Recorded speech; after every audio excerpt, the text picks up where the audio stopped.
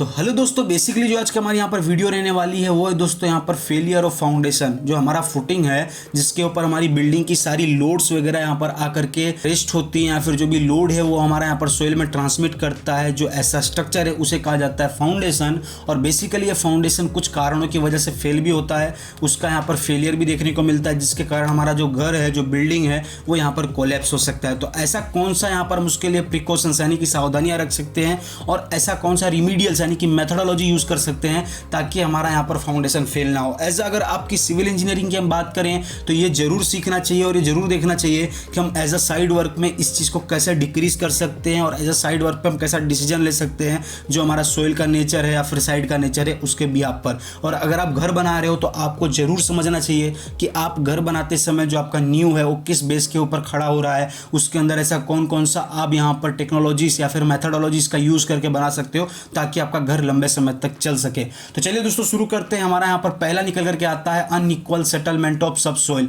सब सोइल यानी कि जो अंडर दी ग्राउंड सोइल आया हुआ है, बेसिकली हमारा जो प्लिंथ रहता है उसके नीचे माटी फिलिंग कर देते हैं, सोइल फिलिंग कर देते हैं और जिसके ऊपर हमारा फुटिंग खड़ा है उसको कहा जाता है सब सोइल। अब वो सब सोइल यहाँ पर नॉन यूनिफॉर्म नेचर का हो। नॉन यूनिफॉर्म नेचर यानी कि बेसिकली दोस्तों यहाँ पर जो देख रहे हो आप पोर्शन, ये जो सोइल है अंडर द ग्राउंड, वो बेसिकली यहाँ पर अच्छी तरह से सेट ना हुआ हो या फिर उसको अच्छी तरह से कॉम्पैक्ट ना किया हो। जिस स्ट्रक्चर को हम बना रहे हैं उसके लिए एक हार्ड बेस ना में प्रोवाइड हुआ हो। देख सकते हो कुछ इस तरह से स्ट्रक्चर हमारा बैठने का ट्राई करता है।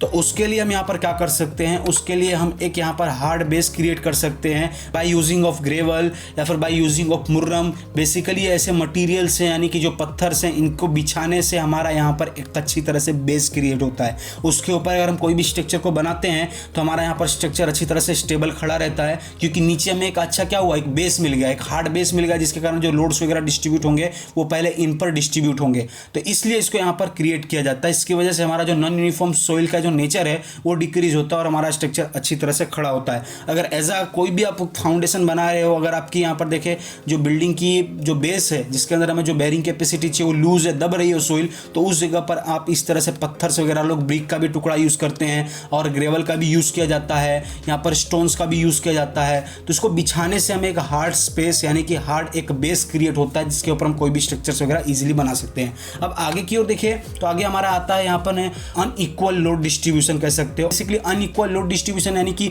देख सकते हो एक स्ट्रक्चर का यहाँ पर एग्जांपल लिया गया है, यहाँ पर लाइटर लोड डिस्ट्रीब्यूट किया जा रहा है और यहाँ पर हैवियर। अब ये किस तरह से पॉसिबल है, मान के चलते हैं इनको डिजाइन सेम किया हो बट इसके ऊपर अगर हम कोई हैवियर कोई मशीनरीज वगैरह के साथ वर्क करने लगे और एक हैवी लोड डिस्ट्रीब्यूट करें तो इस तरह से स्ट्रक्चर यहाँ पर क्रैक हो सकता है। तो इसके लिए हम क्या काम कर सकते हैं, एक यूनिफॉर्म यहाँ पर जो भी लोड है एक इक्वल लोड हम यहाँ पर प्रोवाइड करने का ट्राई करें ताकि हमारा स्ट्रक्चर अच्छी तरह से खड़ा रहे। और दूसरी बात, ये जब बैठता है तब ये भी हो सकता है इसका कारण कि जो यहाँ पर सोइल आप देख पा रहे होंगे, ये जो सोइल वाला पोर्शन यहाँ पर आप देख रहे हो ये हमारा सोइल है बेसिकली, तो ये तब भी बैठ सकता है जब इसकी बेरिंग कैपेसिटी यहाँ पर बहुत ही लूज हो। बेरिंग कैपेसिटी मतलब बहुत ही कम हो, वो सोइल को बेयर करने की जितनी क्षमता, सपोज दैट इसकी यहाँ पर कितनी है 10 किलो न्यूटन की थी, अब हमने इस पर क्या काम किया 20 किलो न्यूटन लोड अप्लाई कर दिया तो ये बैठेगा ही ना। तो हम ऐसा भी कर सकते हैं जो इसकी बेरिंग कैपेसिटी है उतना ही लोड इसके ऊपर डिस्ट्रीब्यूट करें, ज़्यादा करेंगे तो ये बैठने का ट्राई कर सकता है। तो इसको आप टेक्निकली कह सकते हैं। अगर आपको चेक वगैरह करवाना तो आप करवा सकते हैं। अगर आप कोई भी हेवियर स्ट्रक्चर क्रिएट कर रहे हो साइड पर, सपोज दैट कोई आप स्काई स्क्रैपर बिल्डिंग बना रहे हो या फिर आप रेसिडेंशियल बिल्डिंग बना रहे हो, तो उसके लिए आपको जो भी सोइल से उसकी बेरिंग कैपेसिटी जरूर यहाँ पर पता कर लेनी चाहिए कि कितनी यहाँ पर बेरिंग कैपेसिटी, उसके हिसाब से आपको डिजाइन करवाना चाहिए। तो आगे की ओर देखें तो यहाँ पर आगे आता है एसेंट्रिसिटी ऑफ लोड्स। एसेंट्रिसिटी क्या होता है उसको समझने से पहले हम यहाँ पर समझ लेते हैं कि ये लोडिंग दो तरह से डिवाइड रहती है, लोड दो तरह से प्रोवाइड होती है स्ट्रक्चर पर। बेसिकली पहले आता है हमारे यहाँ पर एक्सियल और दूसरा है हमारा यहाँ पर एसेंट्रिक। अब ये एक्सियल और एसेंट्रिक क्या है, बेसिकली जो यहाँ पर हमारा सरफेस लिया है हमने, यानी कि जो भी हमने स्ट्रक्चर लिया है उसकी सरफेस को मैं अगर यहाँ पर बनाऊँ तो उसका सेंटर पे जो यहाँ पर लोड डिस्ट्रीब्यूट हो at the end of main axis, यानी कि जो उसके सेंटर पे लोड डिस्ट्रीब्यूट है, यानी कि जो उसका मेन एक्सिस है, मेन एक्सिस यानी कि सेंटर से जाएगा, यहाँ से, तो अगर इसके ऊपर लोड डिस्ट्रीब्यूट हो रहा है तो बेसिकली वो स्ट्रक्चर अच्छी तरह से चारों तरफ से यहाँ पर स्टेबल रहेगा। बट वही अगर यहाँ पर हमारा लोड डिस्ट्रीब्यूट हो या फिर यहाँ पर हो या फिर यहाँ पर हो, यहाँ पर हो, तो कुछ डिस्टेंस पर हो रहा है सेंटर से, तो इसीलिए ये लोड क्या हुआ, एसेंट्रिक हो गया उसके सेंटर से, इसीलिए इसको कहा जाता है एसेंट्रिक लोड। बट इसकी वजह से क्या हो सकता है स्ट्रक्चर पर, आप खुद समझने का ट्राई करो कि अगर मैं यहाँ पर एक कॉलम बनाऊँ और उस कॉलम का लोड मैं यहाँ पर देने का ट्राई करूँ तो वो कुछ इस तरह से दबने का ट्राई करेगा, वो इस तरह से दबने का ट्राई करेगा, जिसके कारण क्या होगा, हमारा स्ट्रक्चर यहाँ से बेंड हो सकता है और टूट सकता है, या फिर आप समझ सकते हो उसका यहाँ पर बकलिंग हो सकता है। तो इस चीज़ को आप अवॉइड कर सकते हो। जो भी एसेंट्रिसिटी जो लोडिंग कंडीशन है उसको आप अवॉइड करिए।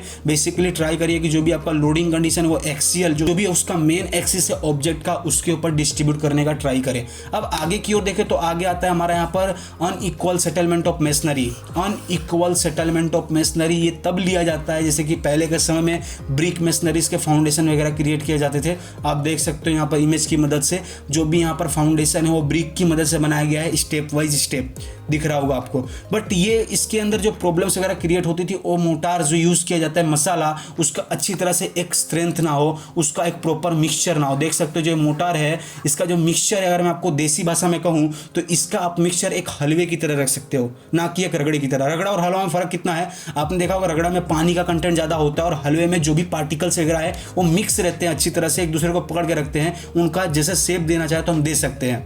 एक हलवे की तरह रहना तो हमारा जो मसाला है वो अच्छी तरह से रहता है। इसका प्रपोजन यूज़ किया जाता है जैसे कि मोटार के लिए आपको सीमेंट और सैंड की जरूरत पड़ती है, तो सीमेंट इसके अंदर आप बेसिकली यूज़ कर सकते हो 1, और इसकी सापेक्ष में अगर आपको सैंड यूज़ करना है तो आप यूज़ कर सकते हो 4 का या फिर 6 का, 1:6 और 1:4, ऐसा मोटार बनाने के लिए यूज़ किया जाता है। और इसका जो WC रेशियो है, WC यानी कि आएगा दोस्तों यहाँ पर वाटर और सीमेंट, इसका कंटेंट आपको प्रॉपरली मिक्स करना चाहिए, यानी कि जो भी गाइडलाइंस है मिक्स डिजाइन के आधार पर उसके हिसाब से इसको बनाना चाहिए। और दूसरी बात दोस्तों, ब्रिक्स वगैरह अच्छी तरह से क्यूरिंग करना चाहिए हमें। अगर जब भी हम ब्रिक लेकर के आते हैं भट्टी से तो क्या रहता है, ब्रिक गर्म रहता है, अगर उसको हम पानी अच्छी तरह से पिला करके रखेंगे तो जो भी हमारे मोटार के अंदर का जो पानी है, जो भी हमने यहाँ पर सीमेंट का पानी बना करके इसके अंदर ऐड किया है, सीमेंट के साथ जो पानी ऐड किया है वो ब्रिक के अंदर यहाँ पर सूखेगा नहीं और हमारा प्रॉपर स्ट्रेंथ जो है हमारा गेन करेगा। अगर नहीं डालेंगे पानी ब्रिक के ऊपर, देख सकते हो लोग ब्रिक के ऊपर पानी भी मारते हैं, अगर वो पानी ना मारा जाए तो हमारा जो भी सीमेंट के अंदर का जो पानी है वो सोख लेगा और हमारा जो भी मोटार वगैरह उसके अंदर क्रैक्स वगैरह डेवलप हो सकते हैं, जैसे कि आप इमेज की मदद से देख पा रहे होगे। अब यहाँ पर दूसरी बात आती है दोस्तों, ये थिकनेस, जो मोटार यहाँ पर ले रहे हैं, थिकनेस कह लो या फिर इसके बीच का गैप कह लो, वो मैक्सिमम यहाँ पर 15 से 20 mm होना चाहिए।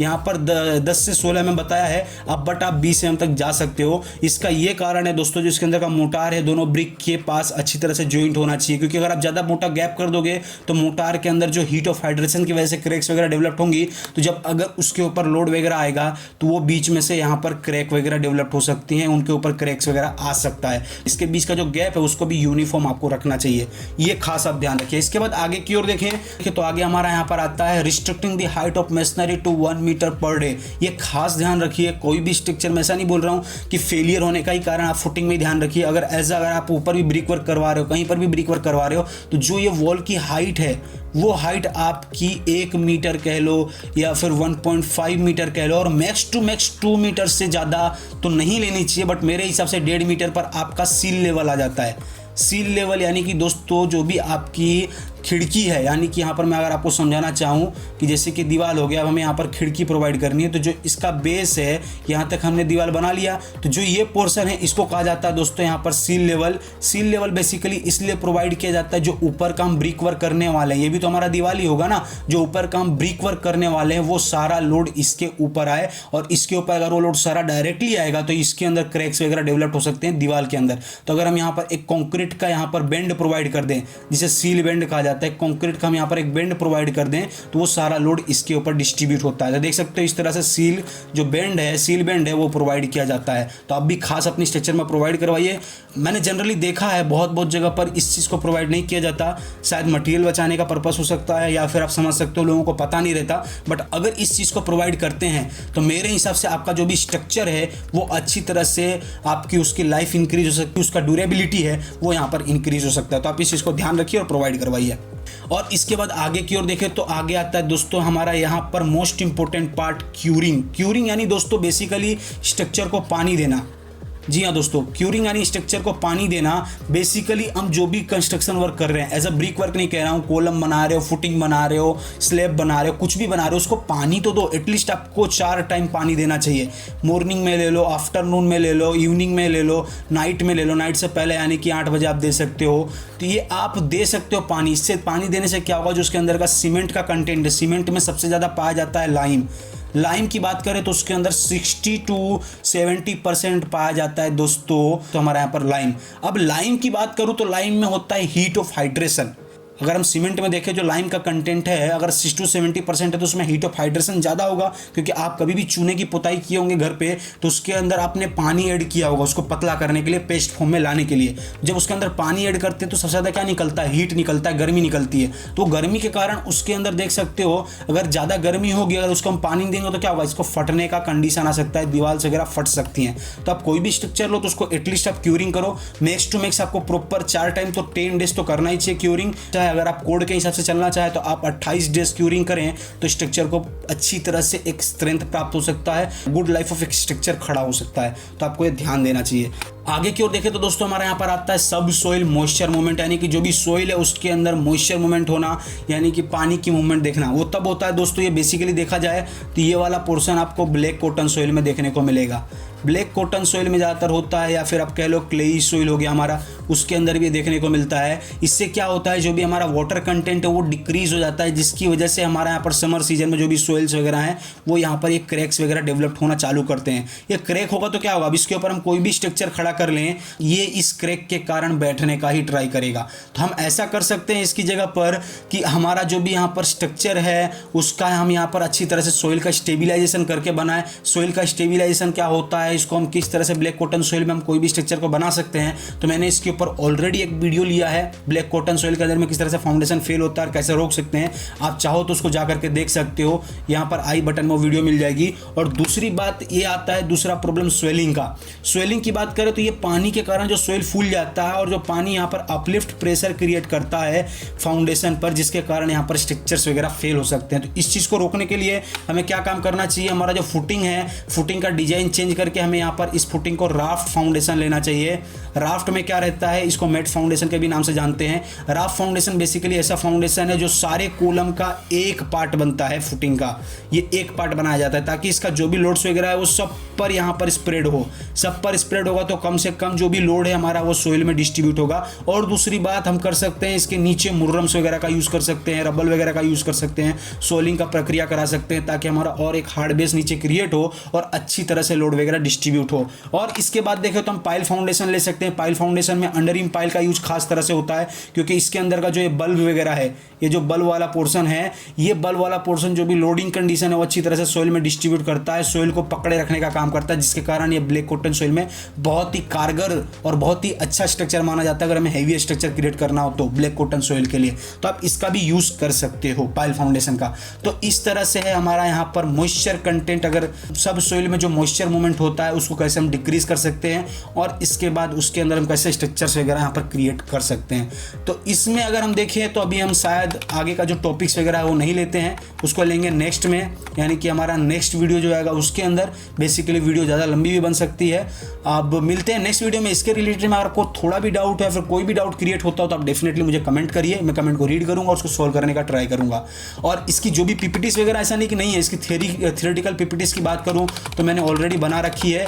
मैं इसको अपलोड करूँगा अपने टेलीग्राम चैनल पर, मैंने टेलीग्राम चैनल भी क्रिएट किया है, देख सकते हो। इसकी जो भी थियोरेटिकल पीपीटीज वगैरह है, जो भी इसकी थियोरेटिकल पीपीटीज वगैरह हैं, यानी कि जो भी टॉपिक्स वाइज मैंने लिख रखी है, इसी चीज़ को मैंने आज हिंदी में समझाने का ट्राई किया है। बेसिकली जो भी स्टूडेंट्स हैं उनको इंग्लिश पढ़ना है, फिर वीडियो को इतना बोरिंग बनाना, लंबा बनाना नहीं मजा आता। शॉर्टकट में जो हमें एक कंटेंट प्रोवाइड करना है, एक वे प्रोवाइड करना है, आपको समझ में आए, वो मैंने ट्राई किया। तो इसी चीज़ को मैंने डायरेक्टली बता दिया। अगर आप पढ़ोगे सिंपली वे में सारे इंग्लिश वर्ड्स को मैंने लिया है जो आप समझ पाओगे। अगर इसके रिलेटेड में भी कोई भी डाउट हो तो आप डेफिनेटली मुझे कर सकते हो कमेंट वगैरह, या फिर आप मुझे डेफिनेटली DM वगैरह कर सकते हो इंस्टाग्राम पर। अगर ये बात रही पीपीटीज की, तो जो मैं बताना चाहता था पीपीटीज आपको मिल जाएंगी आपको टेलीग्राम चैनल पर। अगर आप चाहते हो पीपीटीज वगैरह लेना तो आप डेफिनेटली टेलीग्राम को ज्वाइन करो, उसका लिंक मैं डिस्क्रिप्शन में डाल दूंगा। यहाँ पर देख सकते हो ये टेलीग्राम का नाम है स्मार्ट इंजीनियर। बेसिकली मैंने कुछ चेंज नहीं किया, एसी का लोगो आएगा, उसके अंदर आप जाकर के ज्वाइन हो सकते हो। तो डेफिनेटली अगर आप पीपीटीज वगैरह वहाँ पर चाहते हो बाय लेक्चर में डालने का ट्राई करूंगा। एक सीक्वेंस रहेगा, आप लोगों को दिक्कत आता था लिंक बार बार आप क्लिक करके गूगल ड्राइव में से निकालते तो आपको प्रॉब्लम क्रिएट होता था, उसको मैंने सोल्व करने का ट्राई किया है। आप जाइए टेलीग्राम के साथ ज्वाइन होइए और जो भी पीपीटीज वगैरह हो आप वहां से ले सकते हैं। तो मिलते हैं अपने नेक्स्ट वीडियो में। आज के लिए दोस्तों इतना ही, bye bye, take care and good bye.